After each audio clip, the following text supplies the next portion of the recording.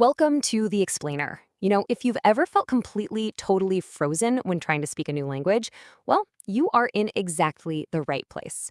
Today's Explainer is really a safe space for us to tackle that overwhelming fear of speaking English. We're going to break it down and see how we can transform that fear into practical, real-world confidence, step by step.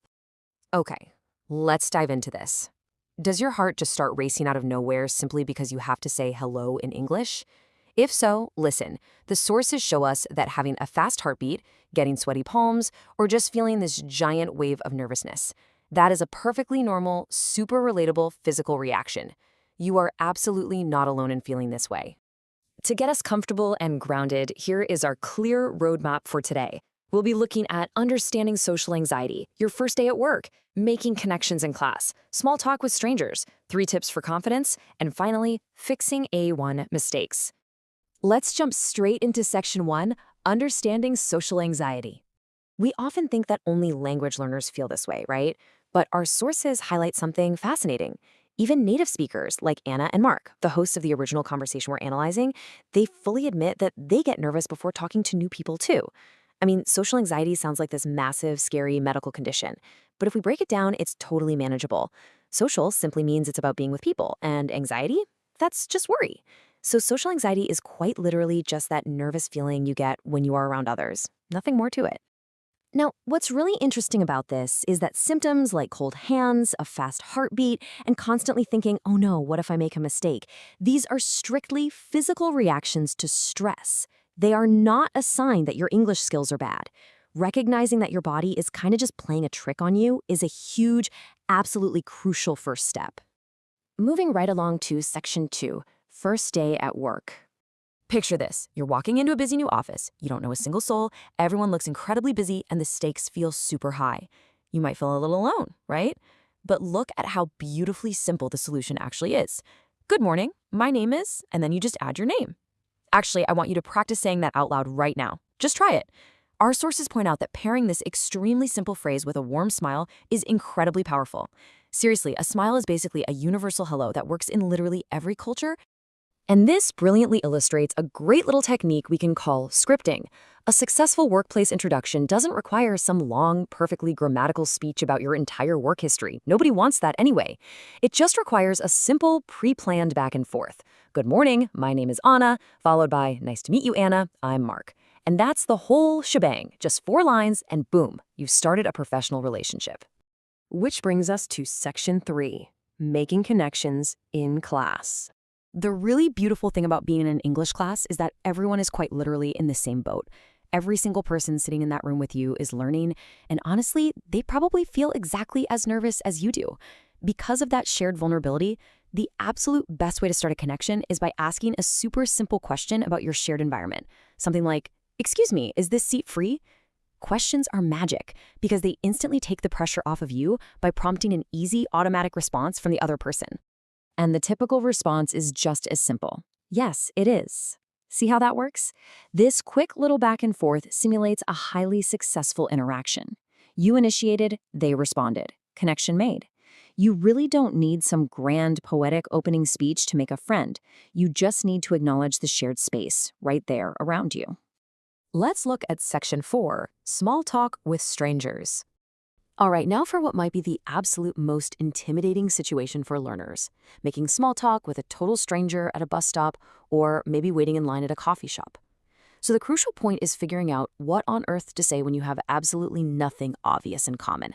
And this, my friends, is where the weather shines. Saying it's a beautiful day, isn't it, is the ultimate small talk hack. Tacking on that little isn't it at the end is just a super friendly way of asking for agreement. It perfectly invites them to smile, nod, and just say, yes, it is. Of course, it's just as important to know what not to say. I mean, imagine you're waiting for a bus and a total stranger turns to you and asks, "So, how much money do you make?" Or, "Exactly how old are you?" Yeah, no way. That is a fast track to a highly awkward silence. Small talk should always remain small. Keep it light, keep it friendly, and keep it focused entirely on the immediate shared situation, like the weather or complaining that the bus is running 10 minutes late. Moving to Section 5, 3 tips for confidence. Okay, so we've got our scripts for work, class, and the bus stop. But what happens if that fast heartbeat suddenly comes creeping back? Let's walk through 3 major mindset shifts to lower the stakes when the panic starts to set in. First, practice small talk in a mirror. I know, it might feel a little bit silly at first to say, hello, how are you to your own reflection, but it physically helps your mouth and your brain get used to forming the English words. Second, and this is a massive one, remember to take a deep breath.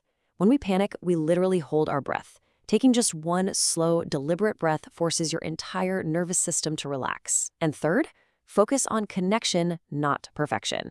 Listen, even native speakers make mistakes all the time. The person listening to you just wants to connect. They are definitely not grading your grammar. Section 6. Fixing common A1 mistakes. Let's move to this and see how it builds on what we just discussed. Once you're fully focused on connection, you can start swapping out that stiff textbook English for much easier natural English. Knowing these insider secrets actually makes speaking English so much less intimidating. A classic example is how we answer the everyday question, how are you? Textbooks drill into us to say, I am fine. And while yes, this is 100% grammatically correct, it can sound a little bit robotic or stiff in real life. Native speakers almost always opt for shorter, more casual upgrades like, I'm good, thanks, or simply, not bad. It's much shorter to say, and it instantly makes you sound way more relaxed and natural. Here's another huge aha moment for you. Language learners often think they have to answer questions in these long, full, complete sentences just to prove their proficiency, right? Like saying, yes, this is my bag. But natural English actually requires way fewer words. A simple, crisp, yes it is, works perfectly. Relying on short, confident answers is not bad English at all. It's exactly how native speakers talk, and it creates a much more natural, easy flow to the conversation. As our source so beautifully summarizes, every big journey starts with a small conversation. Overcoming social anxiety in a new language is absolutely not about suddenly being able to give a flawless 1-hour keynote presentation. Not at all. It's about those tiny 4-line interactions. Every single time you muster up the courage to say, good morning, or is the seat free? That is a massive, incredibly brave victory for your language journey. So, I want to leave you with this somewhat provocative question. Look at this brand new toolkit you have. You know how to breathe, you know the power of a simple smile, and you have the exact short scripted phrases you need. So, who will you start a small conversation with today? I challenge you to practice for just 5 minutes today. Step out there, make that real human connection, and remember that you are capable of amazing things. Thanks for hanging out with me on this explainer, and I will catch you next time.